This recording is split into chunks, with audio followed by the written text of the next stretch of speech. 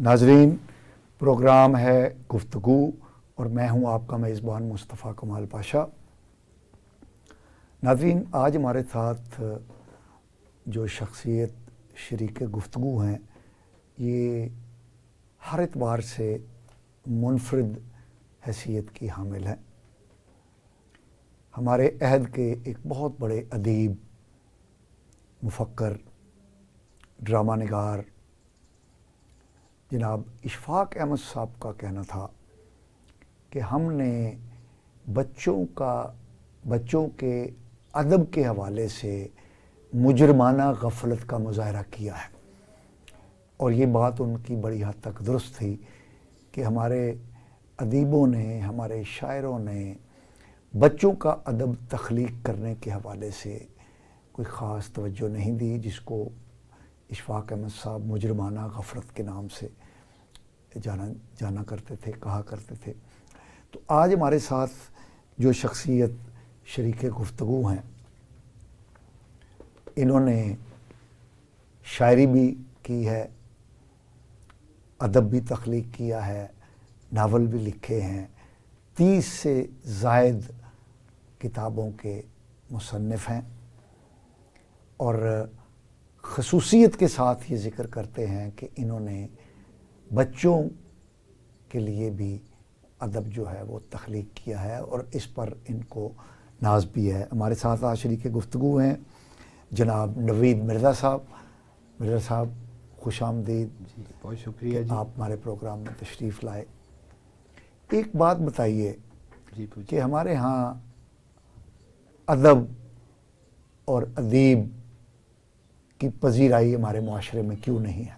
یہ سوال بارہا پوچھا گیا ہے کہ ادب اور ادیب کی پذیرائی ہمارے معاشرے میں کیوں نہیں ہے، اور اس کے ساتھ یہ بھی کہا گیا ہے کہ ویسٹ میں تو ایک ادیب صرف لکھ کے ہی اتنا کما لیتا ہے کہ اس کی زندگی کے بہت سے مرحلے طے ہو جاتے ہیں۔ دیکھیں، آپ کی بات بڑی ہوتی ہے۔ جی بچوں کے ادب پر لکھنے والی جے کے رولنگ جی جی جی جی اس وقت ٹائٹل کے اعتبار سے جے کے رولنگ جو ہے وہ شیکسپیئر کو بھی کاٹ گئی ہے، بالکل، اوپر چلی گئی ہے، بالکل۔ اور کمائی کرنے کے اعتبار سے بھی وہ دنیا کی امیر ترین ادیبوں میں شمار ہوتی ہے، جی ہاں، اور ہیری پوٹر سیریز کی وہ خالق ہے جے کے رولنگ۔ تو اس نے بچوں کا ادب جو تخلیق کیا، اس کے ذریعے شہرت بھی اس کو ملی اور دولت بھی ملی۔ ہمارے ہاں بھی جن کو پڑھ کے ہم نے ساری عمر گزاری ہے، دو ایسے نام جنہوں نے بچوں کا ادب نہ صرف اعلیٰ تخلیق کیا بلکہ انہوں نے پیسہ بھی کمایا، لیکن یہ بہت کم ہے۔ وہ دو نام میں آپ کے سامنے لے لیتا ہوں۔ اے حمید صاحب، انہوں نے ناگماری امبر سیریز لکھی اور وہ بہت بکی، اب تک ان کی وفات کے بعد وہ بک رہی ہے۔ دوسرا نام اشتیاق احمد صاحب کا ہے، ان کی بھی کوئی 800-900 ناول ہیں بچوں کے لیے، لیکن یہ بہت کم ریئر کیس ہے۔ ہمارے ہاں چونکہ اب بھی بچوں کے ادب کے مشتمل کتابیں زیادہ بک رہی ہیں، لیکن اس قدر نہیں۔ میرا سوال ہے ادب اور ادیب کی پذیرائی کیوں نہیں ہے؟ پذیرائی نہ ہونے کی وجہ تو یہ معاشرے سے پوچھا جا سکتا ہے کہ آخر کیوں نہیں ہے۔ جب ہم اپنی کیا کہیں کہ خواہشات کا دائرہ کہیں اور پھیلا لیتے ہیں، اب ہمارے ہاتھ میں آ گیا ہے موبائل۔ نہیں مرزا صاحب، یہ موبائل تو ابھی تھوڑے عرصے میں آیا، لیکن ہم ہم تو بات کر رہے ہیں ایز اے ہول، ادب اور ادیب کی پذیرائی کیوں نہیں ہے، اس کی ہمارے معاشرے میں وقت کیوں نہیں ہے؟ یہ سوشل میڈیا تو ابھی آیا ہے نا، اس سے پہلے بھی بعد میں آیا ہے۔ جی، سوشل میڈیا آیا تو چھا گیا ہے، لیکن اس سے پہلے ادب کی پذیرائی نہ ہونے کی بہت سی وجوہات ہیں۔ جی، ایک تو یہ ہے کہ شروع سے ہی ہمارے جو بچے ہیں وہ صرف کتابیں پڑھتے ہیں اسکول کی، ان کو ماں باپ کہتے ہی نہیں ہیں کہ اپنے نصابی کتب کے علاوہ بھی کچھ پڑھیں، وہ جو نصابی کتب سے نکلتے ہی نہیں۔ یہ پرانا عالمی ہے، ہمارے بچپن میں بھی یہی تھا۔ اچھا، پھر یہ ہے کہ کتابیں پہلے بھی مہنگی تھیں، اگر اس زمانے کے اعتبار سے دیکھا جائے تو اس وقت ایک کام یہ تھا، لائبریریاں بہت تھیں، لائبریریوں سے جا کے لوگ پڑھتے تھے، لیکن وہ بھی پھر ختم ہو گیا۔ ادب کا فروغ ہو ہی نہیں پایا۔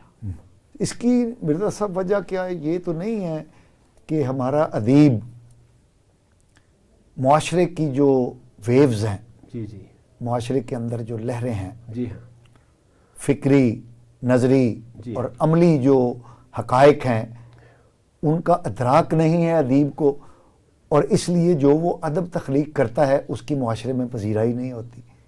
یہ 100% تو نہیں میں کہہ سکتا، کسی حد تک یہ ٹھیک ہے.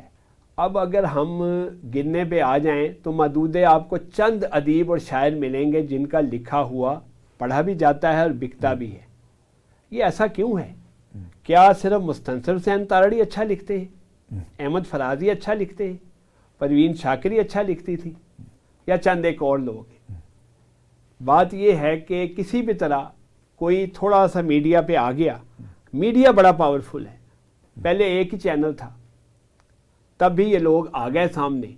کسی زمانے میں مستنصر صاحب صبح سویرے کرتے تھے. نہیں دیکھیں مرزا صاحب، جس وقت علامہ اقبال نے بچوں کا ادب تخلیق کیا اس وقت تو ایک بھی چینل نہیں تھا، اور وہ پورے ہندوستان کے اندر.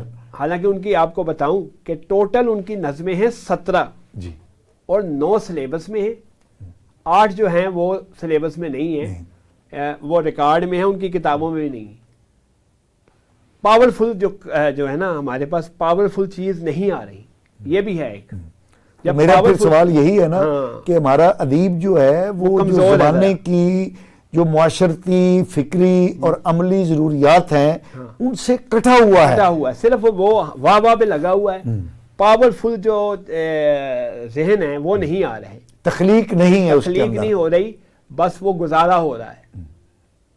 جنہوں نے کیا ہے ان کے نام ہیں، اس میں اشفاق صاحب ہیں، بانو قدسیہ ہیں، مستنصر حسین تارڑ ہیں، احمد فراز ہیں. شاعروں کو زیادہ پذیرائی اس لیے مل جاتی ہے کہ ایک شعر کہا اور واہ واہ ہو گئی. لیکن بات وہی ہے کہ پاورفل جو ہے تخلیق نہیں آ رہی، بہت کم آ رہی ہے. اچھا، موضوعات کی جو کمی ہے اس کی کیا وجہ آپ سمجھتے ہیں کہ ہمارے ادیب کے پاس، ہمارے لکھاری کے پاس موضوعات ہی نہیں ہیں؟ یہ ایز اے ہول کہہ رہے ہیں یا بچوں کے ادب کے حوالے؟ As a whole.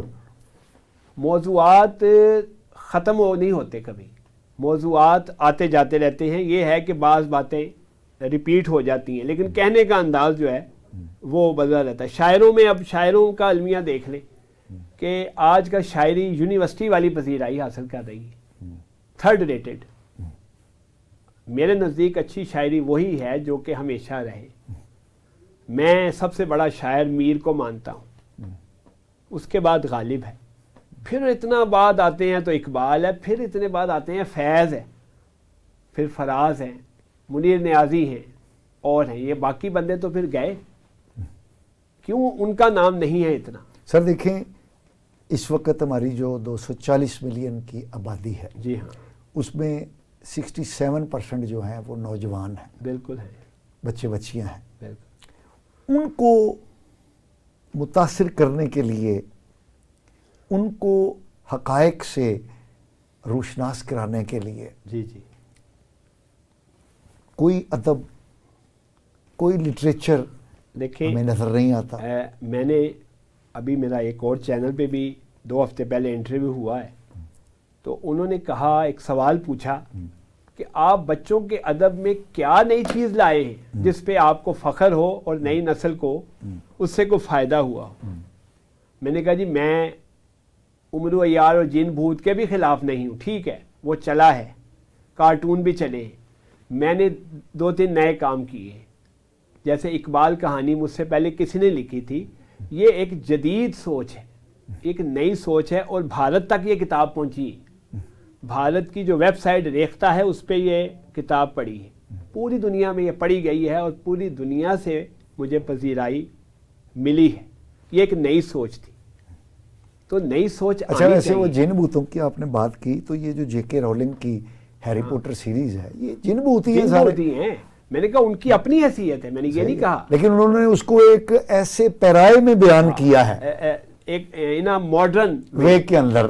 ہاں، اور اس کے بارے میں جو نقاد ہے ان کا یہ بھی کہنا ہے کہ یہ بنیادی طور پہ جو اخذ کرتا ہے ان کی اسکرپٹ جی جی یا ان کی تھیم جو ہے یہ وہ داستان الف لیلا سے انہوں نے یہ آئیڈیا پک کیا ہے اور اس کو ماڈرنائز طریقے سے پیش کر کے کریکٹرائزیشن کر کے تو انہوں نے دنیا کی سب سے ہٹ سیریز جو ہے وہ جے کے رولنگ نے دنیا کے سامنے پیش کر دی، ہیری پوٹر سیریز. اس پر کتابیں بھی لکھی گئیں، اس پر فلمیں بھی بن گئی ہیں. اور المیہ دیکھیں کہ اب پاکستان میں ایک پبلیشر نے اس کا اردو ورژن چھاپا ہے ہیری پوٹر کا. ہاں جی. اور اس کا مطلب یہ ہے کہ وہ بک رہی ہے پھر بک یہاں رہی پر ہے. تو اس اور کا وہ یہ آپ نے کی بڑی بات ایک آبزرو کی ہے بلکہ بتا دی ہے کہ ہماری جو داستان الف لیلا ہے اس کا ایک ماڈرن ورژن ہے وہ. جی بالکل. تو میں نے بھی ایک یہ کوشش کی ہے اپنے تئیں کہ یہ کہانیاں اخلاقی کہانیاں ہی ہیں. ٹھیک ہے. آپ کے سامنے یہ سراغ زندگی پڑی ہے. اب یہ دیکھیں ایک صرف مثال دوں گا کہ اقبال کا شعر ہے کہ غیرت ہے بڑی چیز اس میں ہے، جہان تگ و دو میں پہناتی ہے درویش کو تاج سر دارا. اب پہلے ذہن میں آتا ہے کہ کیا یہ بچوں کی کہانی اس پہ لکھی جا سکتی ہے، لیکن نہ ماڈرن وے میں نے کہانی لکھی ہے. اچھا اس پہ آپ کو انعام بھی ملا ہے؟ جی ہاں، یہ اس کتاب پہ یہ اس کا پہلا ایڈیشن آیا 2006 میں. اچھا. یہ اس وقت اقبال کہانیوں پر پہلی کتاب تھی. اوکے. پھر اس کا ایڈیشن آیا 2008 میں، پھر 9 میں آیا، پھر 10 میں آیا.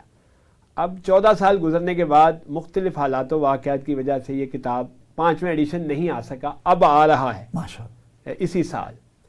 اس کا جو 2009 والا ایڈیشن تھا اس کی 17,500 کاپیاں چھپ کے ایک پروجیکٹ میں گئیں، لائبریری پروجیکٹ میں. اچھا اس کے ساتھ ایک اور کتاب تھی مقدر کا ستارہ، وہ کمپائلڈ ورک تھا، یہ تخلیقی تھا. یہ 35,000 کاپیاں جب گئیں تو میں ان کے پاس گیا، جناب میری رائلٹی 12 لاکھ بنتی ہے جو 10% کے حساب سے تھی. بہرحال وہ ایک لمبی کہانی ہے، مجھے 3 لاکھ روپے مل گئے.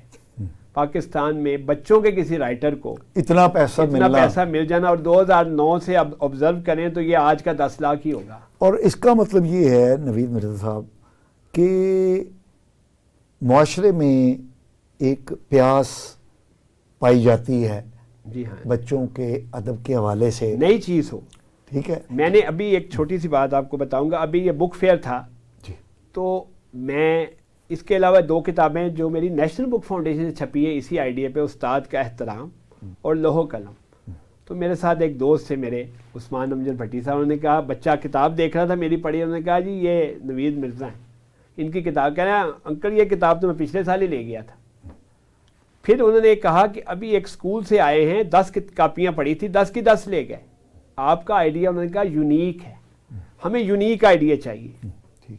تو اس کا مطلب یہ ہے کہ معاشرہ ایکسیپٹ کرتا ہے نئی سوچ کو. جی ہاں. ضرورت اس بات کی ہے کہ ہمارے ادیب صاحب قلم افراد جی ہاں. اٹھیں اور بچوں کو ادب کے ذریعے، لٹریچر کے ذریعے راہ راست دکھائیں اور ان کے جو سوچوں کے دھارے ہیں اس کو وقت کی ضروریات کے مطابق، ملک و قوم کی ضروریات کے مطابق جو ہے وہ آگے لے کر جائیں. تو ایک بات تو نوید مرزا صاحب یہ طے ہو گئی کہ معاشرہ قصوروار نہیں ہے، لیکن معاشرے کے جو صاحب قلم، صاحب فکر لوگ ہیں، آپ جیسے فکر رکھنے والے، غور کرنے والے لوگ، یہ ان کی کوتاہی ہے کہ وہ ایسا لٹریچر پروڈیوس نہیں کر سکے جو دور جدید کے تقاضوں سے ہم آہنگ ہوں. اور ناظرین صرف سوشل میڈیا کو بلیم کرنا جو ہے یہ درست نہیں ہے. اصل ضرورت اس امر کی ہے کہ ہم اپنے جو صاحب فکر ہیں، صاحب قلم حضرات ہیں، ان کو ہدایت یافتہ بنائیں، ان کو اس لائق بنائیں اور وہ خود اس لائق ہوں کہ وہ دور جدید کے تقاضوں کے مطابق جو ہے وہ ادب تخلیق کریں، موضوعات کا انتخاب کریں اور لوگوں کو صحیح راہ پر چلنے کی طرف لے کر جا سکیں. ناظرین ہماری یہ گفتگو جاری رہے گی. ہم ایک وقفے پر جا رہے ہیں. ناظرین، ہماری ساتھ ایک انتہائی محترم، معزز اور سینئر تجزیہ نگار اور الیکٹرانک میڈیا کی معروف شخصیت جناب اقبال شاہد صاحب نے بھی ہمیں جوائن کر لیا ہے. اقبال شاہد صاحب، آپ کا بہت بہت شکریہ کہ آپ تشریف لائے. اقبال شاہد صاحب، معاملات جو توقع کی جا رہی تھی الیکشن 24 کے بعد، سیاسی اور معاشی حالات ٹھیک ہو جائیں گے، وہ امیدیں تو کہ ٹوٹ چکی ہیں. کیونکہ آپ دیکھیں کہ سوئی گیس اور بجلی کے ریٹ چند دنوں میں کتنے بڑھ گئے، اور پٹرول کا پتہ چلا ہے کہ 18% جو ٹیکس ہے وہ بھی اس پہ لگایا جا رہا ہے، اور ابھی 1.1 ارب ڈالر کی قسط آخری ملنی ہے. تو اتنے مسائل ہیں، اور اگلے مہینے ہم نئے پروگرام کے لیے بھی جا رہے ہیں. تو کیا بنے گا؟ آپ نے کہا کہ توقعات جو تھیں وہ پوری نہیں ہوئی یا پوری ٹوٹ چکی ہیں. توقعات خوش فہم لوگوں کو تھیں. ایسی اگر آپ میرے خیال کے مطابق جس طرح کا سسٹم چل رہا تھا، یا جو پلاننگ ہو رہی تھی، جو مینجمنٹ ہو رہی تھی، یا زبردستی قسم کے سسٹم کو چلانے کے لیے کوشش ہو رہی تھی، تو وہ یہی ہونا تھا. مثلا آپ اگر کسی حلال کو اس کا ڈالیں کسی مشین میں، کتے کا ڈالیں گے تو کتے کا نکلے گا آگے قیمہ. ٹھیک ہے، ایسا ہو نہیں سکتا کہ آگے حلال نکل آئے. ٹھیک ہے. اس وقت اصل نقصان آگے جو ہونے جا رہا ہے وہ یہ ہے کہ پاکستان میں یہ جو الیکشن تھے یہ بہت بڑا ٹرننگ پوائنٹ تھا. اب لوگوں کو یہ آپ جیسے جہاندیدہ آدمیوں کو اس بات پر تو کوئی شک ہی نہیں رہا کہ اس ملک میں جو ہے پارلیمانی جمہوریت بھی نہیں ہے اور حق حکمرانی بھی نہیں ہے. یہاں یہ ہے کہ کچھ لوگ خود بیٹھ کے فیصلہ کرتے ہیں کہ کیا کرنا ہے. بلکہ بڑی پابندیوں کے باوجود اتنی بات ہم کہہ سکتے ہیں کہ یہاں جس کے پاس پیسے ہیں وہ خرید سکتے ہیں. جیسے بازار مصر میں دیکھا ہے دولت. ٹھیک ہے. آپ دیکھیں کہ یہاں وزیر اعلیٰ بننے کے لیے کون سا مینڈیٹ ہے؟ کوئی یونین کونسل کا ممبر نہیں بن سکتا. یہاں وزیر اعلیٰ رہے اور غیر آئینی طور پر سال رہے، کوئی نہیں وزیر اعظم رہے، ٹھیک ہے، اور وفاقی وزراء کی فوج دے. مجھے اگر کوئی میڈیا کا آدمی میرے سامنے بیٹھ کے جو انٹرم گورنمنٹ کے منسٹر کے نام بتا دے، پس منظر بتا دے، تو رشتہ دار نکلیں گے. وجہ یہ کہ جب ان کو جواب دہی نہیں ہے تو سال تو انہوں نے یہ ہے کہ اس قوم کا کچومر نکالا. آگے یہ ہے کہ جو اڑتا تیر لینے والی بات ہے کہ میاں شہباز شریف صاحب ہو یا پیپل پارٹی ہو، ان کی مجبوریاں وہ جانتے ہیں کہ جتنا ان کو ریلیف دیا گیا تھا انہوں نے بھی کہا ہے کہ ریلیف تو آپ نے لے لیا ہے، ہمارے ساتھ چلو، یہ بھگتو. اب آپ دیکھیں جو فیڈرل کیبنٹ ہے وہ کون ہے؟ وہی بتا دیں کہ وہ کوئی آدمی سوچ سکتا ہے کہ کوئی پارلیمانی جمہوریت میں آپ کا اس وقت ابھی قحط کا یہ انداز ہو کہ وزیر خزانہ کیبنٹ سے نہ مل سکے، یعنی پارلیمان سے نہ مل سکے. اس کا مطلب ملک بھانج ہو چکا ہے. آپ اس طرح معین قریشی کو بلاتے ہیں، اس طرح اورنگزیب کو بلا لیا. بھئی آپ کر کیا رہے ہیں؟ وجہ یہ ہے کہ کیا یہاں رانا حنیف نہیں رہا، ڈاکٹر مبشر حسن نہیں رہا، میر یاسین بٹو نہیں رہا، اور کئی نام ہیں. اکانومی ہے کیا؟ اگر آپ کے گھر میں دانے ہیں تو وہ چل جائے گا، نہیں ہے تو وہ کیا کر لے گا؟ بھئی وہ تو جواب دہ بھی نہیں ہے. اقبال شاہد صاحب، بڑی خوبصورت آپ نے بات کہی ہے کہ ہم نے بینکر آزمائے. یہ جو اورنگزیب صاحب ہیں یہ بینکر ہیں. جو جہانگیر صاحب تھے ہمارے پچھلے سے پچھلے وزیر خزانہ، وہ بھی بینکر تھے. اس سے پہلے ہمارے ایک وزیر اعظم اور جو وزیر خزانہ بھی رہے، شوکت ترین صاحب اور شوکت عزیز صاحب، یہ بھی بینکر تھے. خزانہ چلانا بینکر کا کام نہیں ہے، یہ ماہر معاشیات کا، اکانومسٹ کا کام ہے. اور حیرانگی کی بات یہ ہے، آپ دیکھیے کہ ہندوستان کے منموہن سنگھ، جنہوں نے ماڈرن انڈین اکانومی کو مضبوط بنیادوں پہ کھڑا کیا، وہ بینکر نہیں تھے، وہ اکانومسٹ تھے. اور انہوں نے جو ڈائریکشن سیٹ کی ہندوستان کی اکانومی کی، آج ہم دیکھتے ہیں کہ ہندوستان کی معیشت جو ہے وہ دوسری تیسری عالمی معیشت جو ہے وہ بن چکی ہے. اور ہم بار بار بینکر کو لاتے ہیں. تو بینکر تو اقبال شاہد صاحب بنیادی طور پر کلرک ہوتے ہیں. فگرز کے ساتھ کھیلنا، ان کی نظر جو ہے وہ ویو پوائنٹ جو ہے وہ بڑا محدود ہوتا ہے. وجہ یہ ہے کہ آپ منموہن سنگھ کی آپ جا کے پراپرٹی دیکھ لیں کہ 3 شرٹیں 2 پینٹیں. صحیح. پاکستان کے وزیر خزانہ کے دبئی میں محلات، وجہ یہ ہے کہ جو بھی پاکستان میں اکانومی ہے اس میں جو لوگ ابھی آپ دیکھیں گے جو وزیر خزانہ کے اختیارات چھینے گئے تھے لے تو آئے لیکن اس میں 3 انہوں نے کیٹیگری دکھا دی. ECC کی یعنی چیئرمین شپ بھی وزیر اعظم کے پاس چلی گئی, خواجہ آصف کے ساتھ پرائیویٹائزیشن اور آؤٹ سورس چلی گئی, اور چائنا انویسٹمنٹ جو ہے حسن اقبال پاس چلی گئی, تو پھر واپس کرنی پئی ECC کی. وجہ یہ ہے کہ شرمندگی ہوئی. آپ کیوں ایسا کام کرتے ہیں؟ آپ کر کے رہے ہیں, آپ کوئی ریلیف نہیں دے سکتے. آج آپ دیکھیں وزیر اعظم بڑا برہم ہوئے ہیں جی, جو نیپرا ہے, جو SNGPL ہے, انہوں نے 155% کہا ہے جی گیس, وہ 30 دفعہ. مسئلہ یہ ہے کہ آپ وہ حقائق ہیں, یعنی وہ جو IMF آپ کہہ رہے ہیں, IMF کوئی خدا نخواستہ کوئی دشمن نہیں ہمارا, وہ یہ کہتا ہے کہ پیسے دے دو. آپ نے $25 بلین یا $27 بلین تو دینا ہے صرف سود کی زد میں, اور 127 بلین آپ کا قرضہ ہے. اور جو چھوٹے چھوٹے بینک ہیں, ایشین ڈیولپمنٹ بینک ہے, لوکل بینک ہیں, لوکل بینک کے بھی ہم اس وقت اسی طرح ہی یعنی مرہون منت ہو چکے ہیں, بلیک میل ہو رہے ہیں کہ 22% تک تو آپ ان کو ریٹ آف انٹرسٹ دے رہے ہیں. خواب یہ ہے کہ بڑا انڈسٹریلائزیشن ہوئے گی, اور وجہ یہ ہے کہ اس حکومت کے کوئی پلے کوئی چیز نہیں ہے. یہ بلا وجہ انہوں نے گلے میں ڈھول ڈالا ہوا ہے. اور اب ملک میں سچی بات تو یہی ہے کہ یہ کچھ نہیں کر سکیں گے بالکل. اچھا, ویسے ایک بات ہے اقبال شاہ صاحب, آپ نے بڑی اہم پوائنٹس کی طرف نشاندہی کی ہے. آپ دیکھیں جو 16 ماہی حکومت تھی, 11 PDM کی جماعتیں اور 12ویں پیپلز پارٹی کی, اس میں 16 مہینوں کے اندر انہوں نے جو تباہی مچائی اس بنیاد پر کہ ہم معیشت کو, ڈوبتی ہوئی معیشت کو کھڑا کریں گے.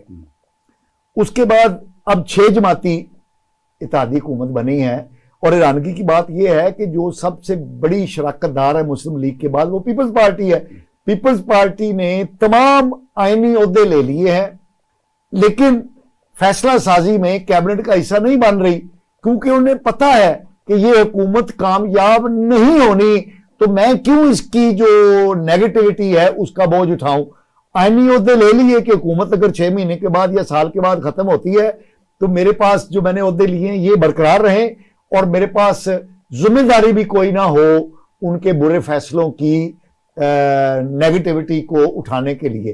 تو جو اتحاد میں شامل لوگ ہیں ان کو بھی یقین نہیں ہے کہ یہ حکومت چل پائے گی. نہیں, وجہ سب کو پتہ ہے, لیکن وجہ یہ ہے کہ ان کو پتہ ہے کہ نئے منصوبے روزانہ ایسا میٹنگ آپ کے سامنے آئیں گی. جس طرح 16 مہینے میں یہ سڑک بن رہی ہے بابل نگر کو, یہ جی نیا افتتاح ہو رہا ہے, جی 8 کا نمونہ نئے ہاسپٹل بن رہے ہیں, IT ٹاور بن رہے ہیں. یہ ان دنوں کو 5-6 مہینے گزار لیں گے, پیسہ تو ہے کوئی نہیں, افتتاح بھی کریں گے, اس کی فیزیبلٹی بھی آ جائے گی, آپ بھی اس وہاں جائیں گے, جہاں فوٹو کھنچوائیں گے. آپ دیکھیں پیپل پارٹی صاف کہا ہے کہ PI ہم نہیں بیچنے دیں گے. اب انجکاری جو ہے نا کسی ادارے کی بھی, وہ ان کے منشور کے ہی خلاف ہے, تو یہ کہتے ہیں ہم نے بیچنا ہے. اب خواجہ آصف صاحب جو ہے, وجہ یہ ہے کہ کیا چیز بیچیں گے. اگر آپ کے جو میجر پارٹنر ہیں, یعنی آپ کے الائز ہیں, جنہوں نے اوپر آپ کے آئینی عہدے لے کے باقاعدہ طور پر آپ کو بنایا ہوا ہے, وہ کسی وقت بھی آپ سپورٹ واپس لے سکتے ہیں, آپ کچھ نہیں کر سکتے, گر جائے گی. اب یہ ہے کہ اس حکومت میں آپ دیکھیں کہ انٹرم گورنمنٹ, کبھی سنا تھا آپ نے کہ انٹرم گورنمنٹ کے لوگ اسی طرح عہدوں میں جا کے پارلیمانی سیٹ اپ میں بھی اسی طرح جا رہے ہیں, مرضی کے محکمے لیں گے, پھر وہی آفیسر. پاکستان میں میں سمجھتا ہوں اس وقت دنیا جہان کا جو ہے وہ, اگر آپ یہ کیسے گندہ ترین سسٹم ہے جس کو نہ شرم ہے نہ کوئی حیا ہے. یعنی اگر ہمیں کو باہر کا ملک کا بندہ یہ دیکھے کہ آپ جو غیر جانبدار حکومتیں ہوتی ہیں جو الیکشن کرواتی ہیں وہ اس طرح بروٹل اسیسینیشن کراتی ہیں.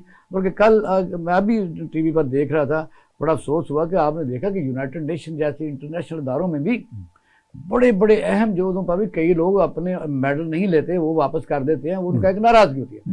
اب ایک کرکٹر نے نہیں لیا تو جو اپنا کرکٹ ایسوسی ایشن کیا اسے کہتے ہیں, بورڈ, ہاں بورڈ ہے, نقوی صاحب نے کہا کہ انہیں عبرت کا نشان بنایا جائے گا. مطلب بیس کیا ہے, بیک میں وزیر داخلہ ہیں.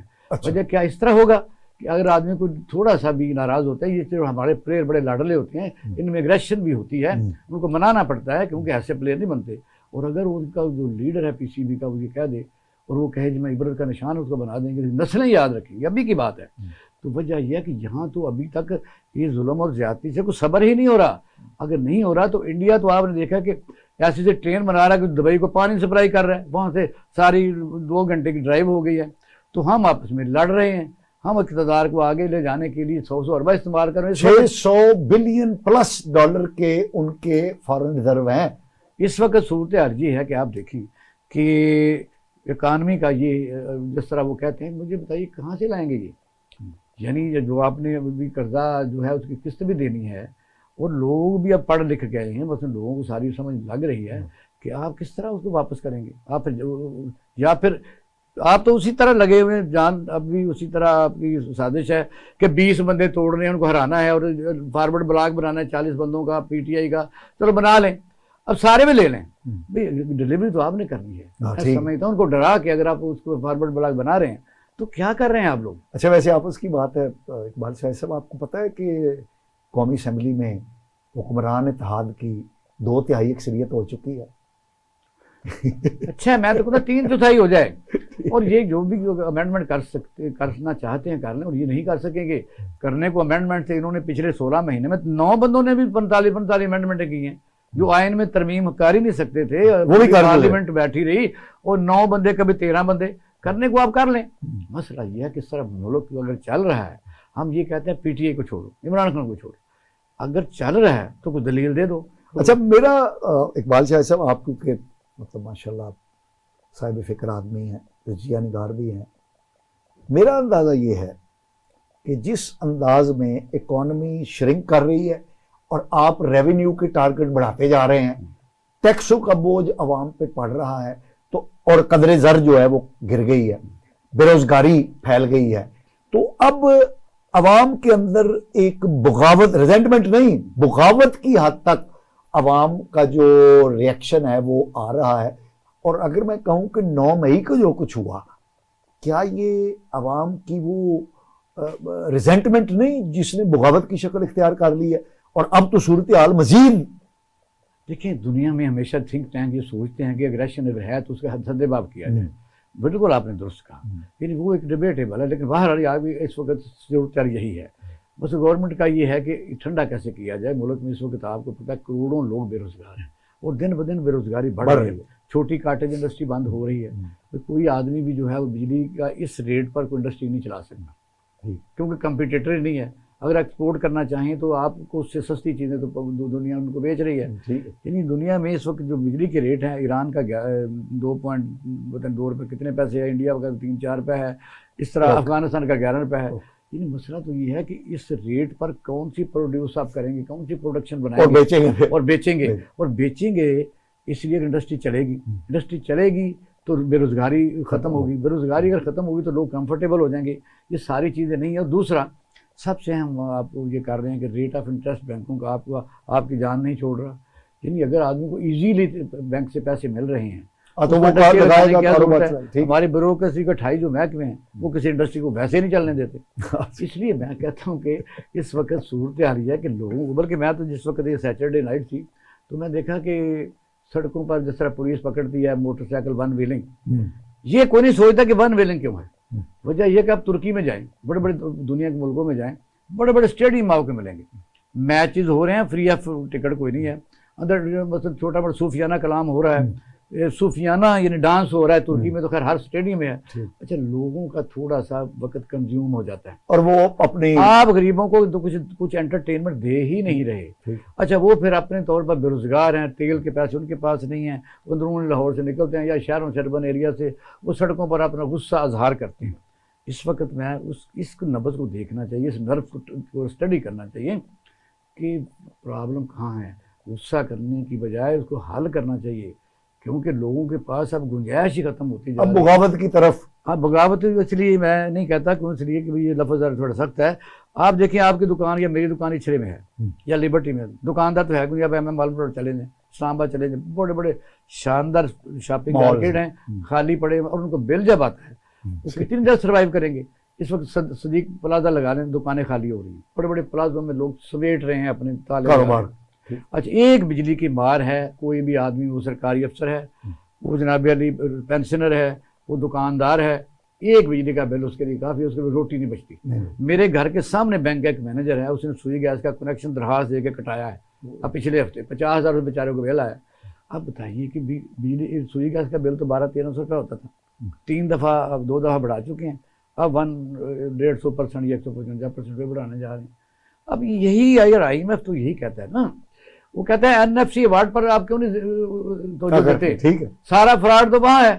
آپ کہتے ہیں ہمیں یہ ہمارا رائٹ ہے، یہ 18ویں ترمیم ہے. ہاں رائٹ ہے، ساتھ یعنی ذمہ داریاں بھی ہیں، اس میں 23 پوائنٹ ہے، ایجوکیشن بھی ہے، ہیلتھ بھی ہے. وہ کہتے ہیں منسٹری کو کام کرو، جو وفاق میں وہ کام کرو. اگر صوبے میں بھی ہیں 18ویں ترمیم، تو وفاق میں کیا کر رہی کیا کرنا؟ ٹھیک ہے، ایسے ہی نا. وہ گائیڈ لائن دے رہے ہیں، وہ غلط نہیں کر رہے. وہ کہتے ہیں کبھی اگر آپ ہماری بات نہیں مانتے تو پیسے دے دو، کیونکہ آپ کے پاس تو نہیں آتے، آپ ہمارے پاس آتے ہیں. اچھا ابھی پچھلے دن بیان ہے جی ہم انویسٹمنٹ کون کرے گا. ٹھیک ہے، ہمیں تو خوشی ہے کہ اس میں آرمی چیف انوالو ہیں، ان کی مہربانی ہے، ڈالر کی کوئی اسمگلنگ رکتی ہے، فلاں فلاں وغیرہ، دہشت گردی کو روکا ہوا ہے. اسپیشل انویسٹمنٹ فیسیلیٹیشن کونسل، لیکن آئے گی انویسٹمنٹ کہاں سے؟ کہتے ہیں جی UAE سے آئے گی، سعودی عرب سے آئے گی. آپ کو تو پتہ ہے پاشا صاحب کہ جب تک لوکل انویسٹر اس میں ایڈ نہیں ہوتا فارن انویسٹر کچھ بھی نہیں. اس وقت تک کیسے ملک چلتے ہیں؟ یعنی لوکل جو انویسٹر ہے یا اوورسیز ہیں، وہ آپ پروٹیکشن آف سیف منی کے طور پر یہاں اگر کام کر سکیں، ان کو کام کرنے دیں تو پھر معاملات محفوظ ہو اور اس کو سہولتیں دی جائیں تو پھر ہے. آپ نے تو زراعت بھی تباہ برباد کر دی ہے. یعنی آپ دیکھیں کہ وہ بجلی سے کیسے ٹیوب ویل چلائیں گے، کیسے وہ ٹریکٹر چلاتا ہے، انپٹ اس کی جو ہے. ناظرین، آپ نے نوید مرزا صاحب اور اقبال شاہد صاحب کی فکر انگیز گفتگو سنی. ہمارے ہاں ادیب بھی اپنا کردار ادا نہیں کر رہے، سیاستدان اور دیگر مقتدر حلقے بھی اپنا کردار ادا نہیں کر رہے. 240 ملین کی پاپولیشن جو ہے وہ اب اگریشن کی طرف جاتی ہوئی ہمیں نظر آ رہی ہے. سسٹم چلتا ہوا نظر نہیں آ رہا. اللہ خیر کرے. جناب نوید مرزا صاحب، جناب اقبال شاہد صاحب، آپ کا بہت بہت شکریہ کہ آپ ہمارے پروگرام میں تشریف لائے اور ہمارے ساتھ گفتگو کی. ناظرین، اگلے پروگرام تک کے لیے اپنے میزبان مصطفیٰ کمال پاشا کو اجازت دیجیے. اللہ نے کے بعد.